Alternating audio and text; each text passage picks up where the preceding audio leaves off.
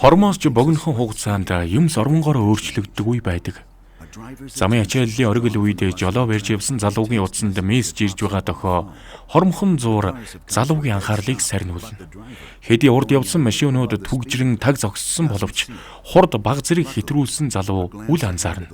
Азар хамгийн эцсийн хоромд урдах замаа анзаарч арайхийн амжиж торомзоо гიშгэж болзошгүй томоохон ослоос сэргийлж чадлаа. Хэрв жолооч анхаарч дээрх нөхцөл байдлыг гартаа авч чадаагүй бол ямар хор үршиг учирч болохыг төсөөлөд үзье. Бид өдөр тутам хийдэг зүйл дээрээ анхаарлаа тэр болгон хандуулдаггүй. Сэтгэлийг ямар нэгэн удирдлага зохицуултгүй ороход бидний тарих эрдэмтдийн нэрэлтгээр үндсэн автомат горимд шилждэг байна. Тийм ээ, та зөв сонссон. Яг л ийм зүйл болдог. Энэ үед сэтгэл сарниж тэрнийг тогтооход хэцүү болно. Бид олон зүйл нэг доор хийхийг хичээх тусам анхаарлын цар хүрээ хумигдж алдаа гаргах магадлал ихснэ. Эндээс үзэхэд төвлөрч чадахгүй сэтгэл аз жаргалгүй байдаг гэж хэлж болох юм. 2010 онд Харвардын их сургуулийн хийсэн судалгаагаар ямар нэгэн зүйл хийж байхдаа хийж байгаа зүйлээс өөр зүйл бодоод байгаа хүмүүсийн аз жаргалын мэдрэмж тухайн нэг зүйл дээр төвлөрөөд хийж байгаа хүмүүсээс нилээд доогуур байгааг судлаачид илрүүлсэн байна. Бидний ихэнхийн хувьд сэтгэл сарнихад төрөх үе олон бодол амьдралд тохиолдсон хамгийн хүнд хэцүү үйл явдал, мэдрэмж эсвэл хамгийн санаа зовоосон зүйл рүү шууд чиглэдэг. Ингээд бид энэ бүхэн юунаас болж инхүү буруугаар иргсэн эсвэл хэрхэн эргэж болох тухай дахин бодож тэндээ гацхан бий. Зэрлэг байгальд амьдарч байсан хүний хувьд дээд зэргийн сонор сэрэмжтэй байх нь бие махбодын ямар нэгэн гэмтэл бэртэл авахаас сэргийлэх сайн талтай байжээ. Орчин үед бид ямар нэгэн зэрлэг амьтанд хөөгдөж байгаа мэт инхүү бодох нь асар их стресс үүсгэж байна. Тиймээс өмөрсөн сэтгэлдээ гацхгүй тулд мэдрэмж төвлөрлийг сайжруулах чадварт бид суралцах боломжтой. Өөрөөр хэлбэл сарнин хотох хүртлээр анхаарч тэрнийг өөрийн хүссэн зүйл рүү буцаан шилжүүлж чаддаг болгон тархиа хөгжүүлж тархинд шинэ холбоос үүсгэх боломжтой. Ингэснээр стресс болон аюулд үзүүлэх автомат хариу үйлдэл буурна. Мөн буцаад тогтвортой бүсдээ ороход туслана. Ийхүү тогтвортой тод анхаарлыг хөгжүүлэхийн тулд байнгын дадлага хийх шаардлагатай. Одоо ингээд бясалгалдаа бэлтцгээе. Одоо анхаарлаа тогтоох ямар нэгэн зүйл тухайлбал дуу чимээ, биеийн сэрэл мэдрэхгүй эсвэл амьсгалахад бий болж байгаа мэдрэмжийг сонгож аваарай. Бясалгалын үеэр та сонгож авсан зүйл дээрээ анхаарлаа тогтоохыг хичээн. Таны сэтгэл сарних эсвэл та бага зэрэг нойр мүлж магадгүй. Энэ нь тохиолдож болох энгийн зүйл.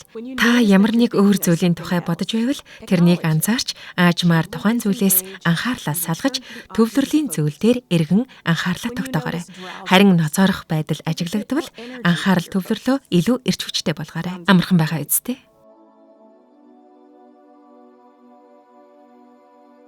Ийхүү бясалгах нь ямар нэгэн бэлтгэл сургуулалтгүйгээр дасгалын модон морин дээр тэнцвэрээ олохыг хичээхтэй адил. Энэ үед бид бүдэрч, халтарч, тэнцвэрээ алдаж, найгах тэр атгай заримдаа унах боловч дахиад буцаад гардаг штеп. Гэвч дахин дасгалын морь дээр гарахдаа нэг ганхаад тэнцвэрээ олох зэргээр аажмаар тэнцвэрээ хялбархан олох чадвартай болдог.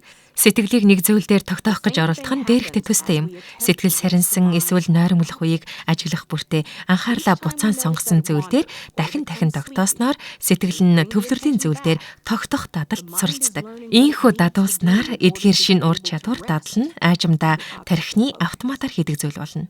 Машин барьж сурахтай адил.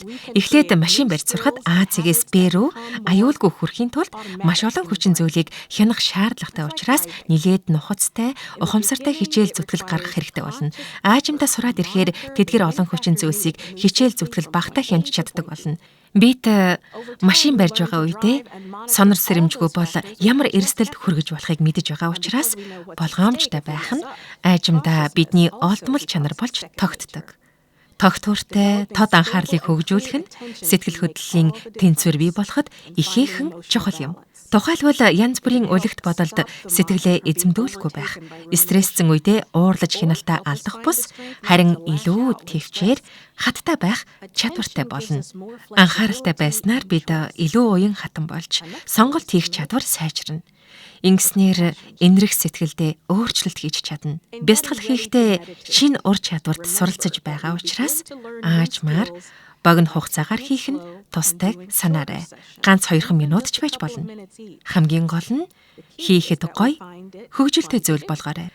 Дөнгөж эхлэхдээ урт хугацаагаар төвлөрөхийг оролдох нь бухимдал, таагүй байдал үүсгэж болох учраас өөртөө тавих хүлээлттэй бодтой хандаж хөнгөн хүлээж аваарай.